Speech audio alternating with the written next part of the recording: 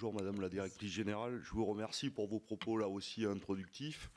Je pense qu'on pourrait se rejoindre sur le rôle de l'ARCEP. Et puis je vous ai bien écouté, vous avez salué 2 fois vos collaborateurs, les opérateurs. Alors, je vais vous raconter une toute petite histoire en 1 minute. Moi, on va bientôt fêter nos 2 ans, puisque je suis client chez Orange depuis 2 ans. À la sortie du confinement, comme tout le monde, j'ai eu besoin de beaucoup d'Internet. Et dans ma rue à Blanc-Ménil, la fibre a été posée par Orange. Juste avant, je n'avais pas eu le temps de m'abonner. Je l'ai fait 31 janvier 2021. En 3 minutes, j'ai souscrit l'offre, super. Ça a été plus compliqué avec votre concurrent pour résilier. Mais en 3 minutes sur Internet, impeccable. On m'a envoyé plusieurs textos, j'ai vu des gens pour m'avertir que l'opérateur allait venir installer les choses. On m'a même envoyé un texto pour me donner le nom du technicien à 21h et en me disant que si j'avais des questions à lui poser, je pouvais le faire. Alors je me suis dit, ils doivent être bien payés à Orange, parce que pour bosser à 21h et être le lendemain chez moi à 8h, bon, j'avais pas de questions, il arrive. Franchement, super. Non mais, voilà, non. Mais moi, évidemment, je discute avec lui. Vous savez, bon. Alors, je lui dis, mais vous êtes embauché chez Orange ? Pas du tout.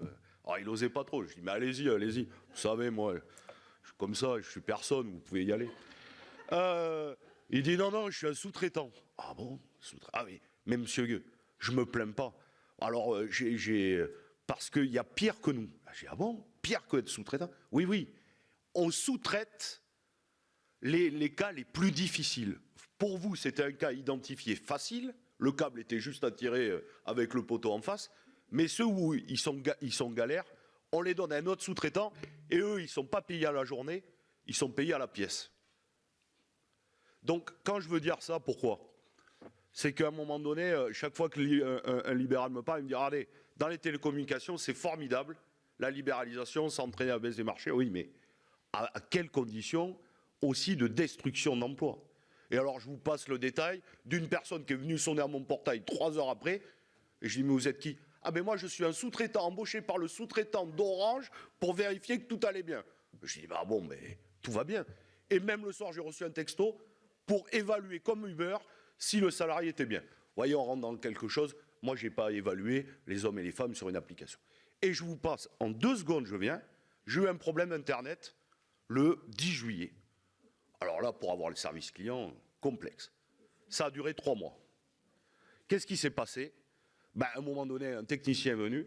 Il y avait en fait un arrachage des câbles dans le boîtier, dans la rue, à 1 km 570, puisque le monsieur est venu brancher, impeccable. C'est aussi ça, la sous-traitance. C'est que comme les gens sont payés à la pièce, quand ils viennent brancher, ils s'en foutent du travail bien fait. Il faut aller vite. Et donc, ils arrachent parfois les autres clients, ils se branchent, et nos collectivités, elles sont aussi face à ça. Et les clients et les usagers, je vais dire usagers parce que Madame la Présidente a dit usagers, très bien, je me conforme à ça. Les usagers des communications, ils subissent aussi ça. Voilà, c'était une petite histoire de la libéralisation, mais ça a aussi ces conséquences-là sur la question de l'emploi. Et bon, le prix, il est quand même costaud pour avoir un service de qualité, je le reconnais, téléphonie, Internet et télévision. Voilà, je vous remercie.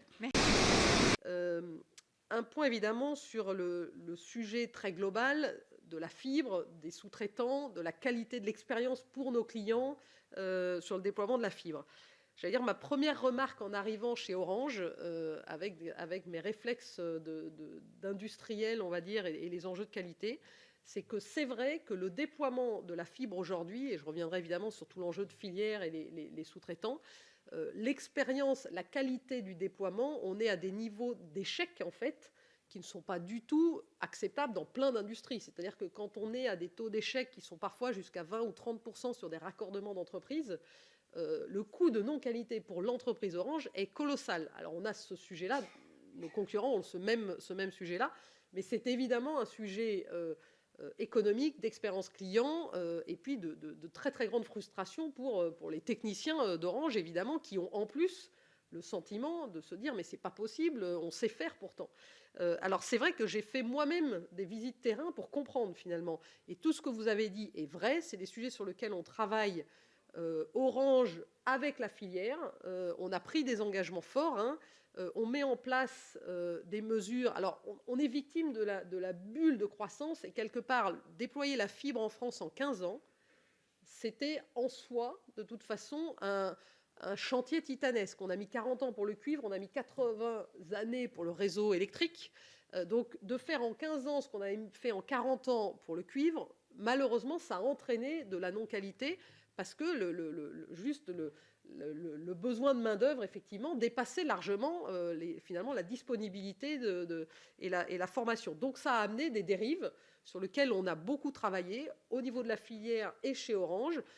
On a mis en place un nouveau contrat RC centrique le 1er avril qui visait justement à remettre la qualité au plus haut niveau dans nos contrats, empêcher ce que vous citiez, c'est-à-dire de la sous-traitance de rang 2, 3, c'est-à-dire que bien sûr on a un certain nombre de grands partenaires qui sous-traitent une partie de leur activité, mais on allait dans des situations où il y avait de la sous-traitance de rang 2, de rang 3, etc., sans qu'il y ait évidemment des enjeux de qualité, des enjeux de formation adaptés.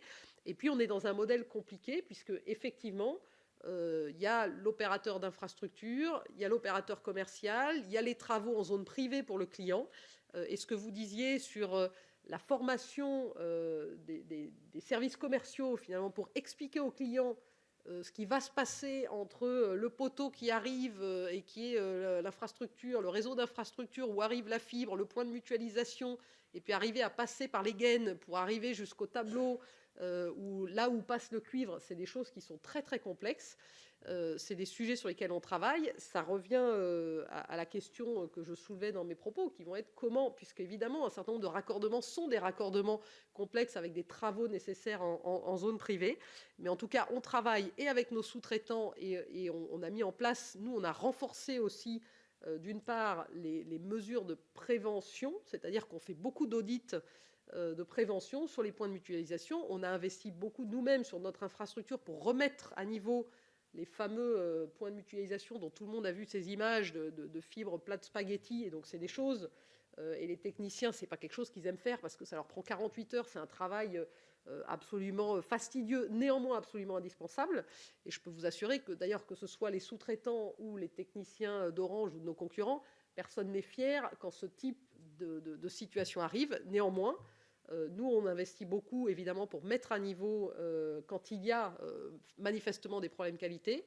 Certains de nos concurrents ont encore beaucoup à faire sur leurs infrastructures, mais là, c'est le rôle du régulateur aussi de faire le suivi.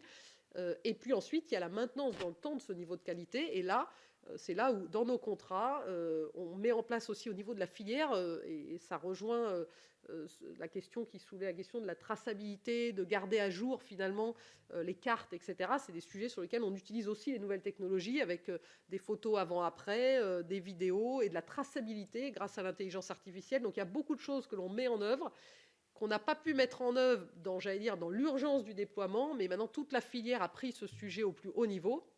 Et puis on continue à travailler. Alors après, j'ai la carte des points noirs et selon évidemment les géographies où vous êtes, on sait qu'en particulier, il y a certains réseaux d'infrastructures qui ne sont pas au bon niveau, alors si c'était ceux détenus par Orange, je pourrais faire quelque chose. Quand c'est le pire de la situation, et je peux vous assurer que le service client d'Orange, et j'ai parlé avec de nombreux collaborateurs, c'est une énorme frustration pour eux d'avoir au téléphone des clients qui se plaignent et eux-mêmes disent mais en fait on n'a pas les mains puisque l'infrastructure elle n'est pas chez Orange. Et ça, c'est la vraie transformation au sein de l'entreprise Orange qui a eu l'habitude d'être l'opérateur d'infrastructure et qui a ce réflexe finalement de service client parce qu'on a pris cette responsabilité. On se retrouve dans un nouveau modèle d'infrastructure sur la fibre où effectivement Orange n'est pas propriétaire.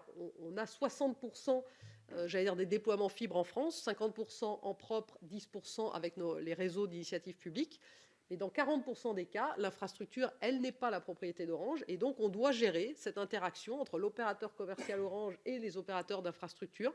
Donc, c'est des choses sur lesquelles les processus se mettent en place. Les gens apprennent à se connaître. Mais c'est vrai qu'on va encore avoir, pendant quelques mois, on a pris un certain nombre de mesures, mais il y a certains endroits où on sait qu'on a encore des difficultés. Et évidemment, c'est les collectivités ou les communes sur lesquelles vous avez fait référence. En tout cas, soyez assurés que c'est des sujets que l'on prend au plus haut niveau. qui sont suivis également par le régulateur et sur lequel on a bien la détermination à finalement mettre en place un réseau digne de ce nom, mais avec cette difficulté finalement du raccordement client et qui est parfois encore plus complexe quand il s'agit d'entreprises.